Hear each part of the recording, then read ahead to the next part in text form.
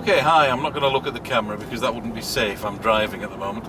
But this is a sample video taken in 1080i, and I'm using the normal image stabilization. So it's a bumpy road, as you can see. We've got some camera movement and so on. And my daughter, who's doing the filming for me today, complaining by the way, all the time that she's having to work for me. She's holding the camera, well, not very steady really. And you'll see how well the camera copes with this level of image stabilization. What I'm going to do in a moment is park up somewhere safe, change the settings, and then show you the active image stabilization. From testing earlier, that one is significantly better. Thanks, turn off now. So we're now on the active image stabilization. I'm just behind a truck going slowly, so we're not getting as much bumping as before. But you should see a difference in the stabilization of the image. I'll try and get past the truck in a moment. One other thing I've had to do with this, because there's so much bright light behind me, is set some exposure compensation. Now, at least the camera lets you do that. Some people don't want to mess about, they just want to point and shoot, and that's fine. But I do like to take some manual control of the settings myself, and I'm glad that the Sony HX9V allows me to do that. As it happens, with a light shirt and so on, if I hadn't made those changes, the image would have come out rather dark, and I would have been effectively silhouetted. So what settings did I use? I think it was 1.7 of a stop, 1 2/3 of a stop, if you know what that means. It means I've just more than doubled the amount of light, so that we get a reasonable, now there's the truck that was holding me up, so that we get a reasonable image size. Okay, that's a moving video sample, and we'll do some standard shots in a moment when we get into the city centre. Now you look after those new glasses, if it's alright with you. This is all at a weird angle now. I'm making a shadow. Let's see how close we can get to this thing. Little spider, Jenny, have you seen it? A little spider there. Can I zoom in? I think so. Oh wow, look at that. That is fantastic. The quality of that zoom. I hope it's not poisonous. Oh. What we're thinking today, taking a picture of the paint. Yeah. It's a spider.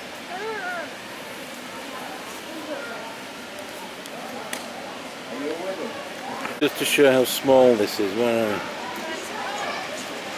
I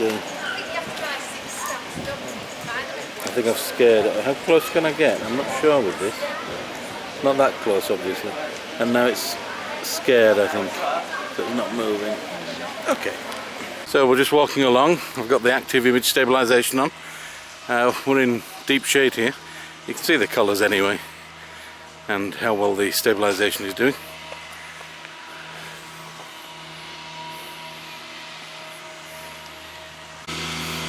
That noise is somebody lawn mowing. Let's have a look at these flowers. See what the colours look like. So I've just zoomed in, and you can see the kind of image quality on the zoom. Again, handheld.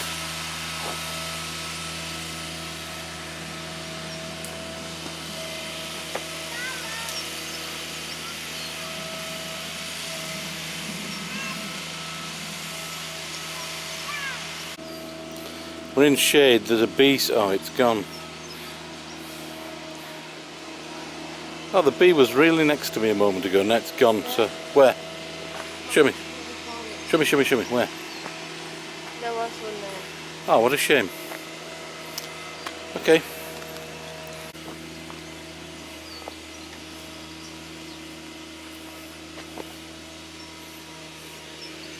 And it's gone again. Sorry, action movies are not something I'm very good at.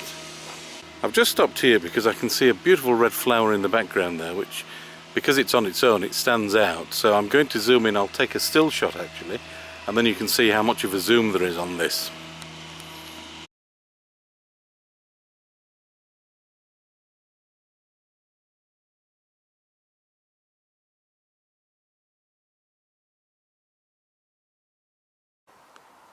The colours of these flowers is just beautiful, and I'm at extreme telephoto zoom here. Really what I wanted to see was how well the image stabilization works on something like this, and so far I would have to say it looks to be doing pretty good. I'll do some more close-ups of the other flowers in a moment, and you can see the natural colours. The red seems a little bit too vivid, but you know, you can always tweak colours after you've shot the video. So I'll zoom in on these flowers and you'll see how quickly the focus reacts. It's not instant, but honestly I think it's pretty good. So let me go to extreme zoom on these sort of pinkish flowers. I'll do it fairly fast.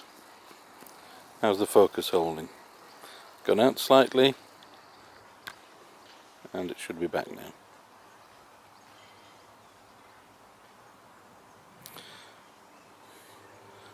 Let's have a look at the yellow and see how quick it focuses. Not bad really, not bad. Now the macro facility on the Sony HX9V is extremely high. It's a very good quality image, as you can see, very sharp, and you can get in really close. I did this in artificial light, and if you look at the image on the right hand side, the right hand half is a little bit yellower. That's the natural image as it came directly out of the camera, with no settings changed, no processing, just straight from the camera.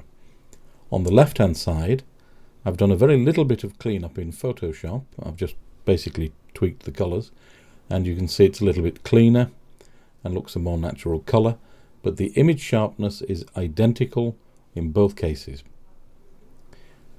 The next photo is just an extreme close-up. For this particular image, I moved in as close as I could. I simply put the camera on the table and moved it closer and closer to the watch until I couldn't go any closer. And then I took the photo.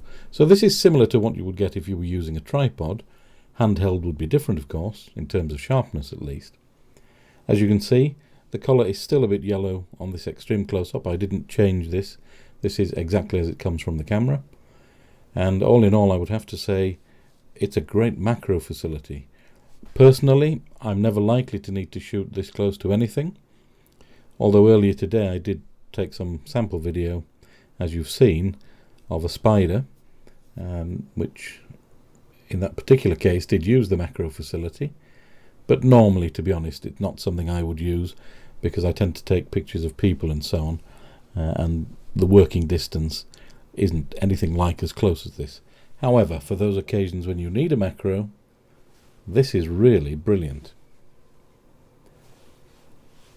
Well, we've got the sound of children enjoying themselves in the sunshine, and well, the cloud anyway, in the background, and this is just a quick wrap up with a reasonably neutral background to show what it's like in daylight. I'm in a little bit of harsh sun here, so you'll see what the contrast is like, but I hope the sample footage has been useful. Thanks for watching.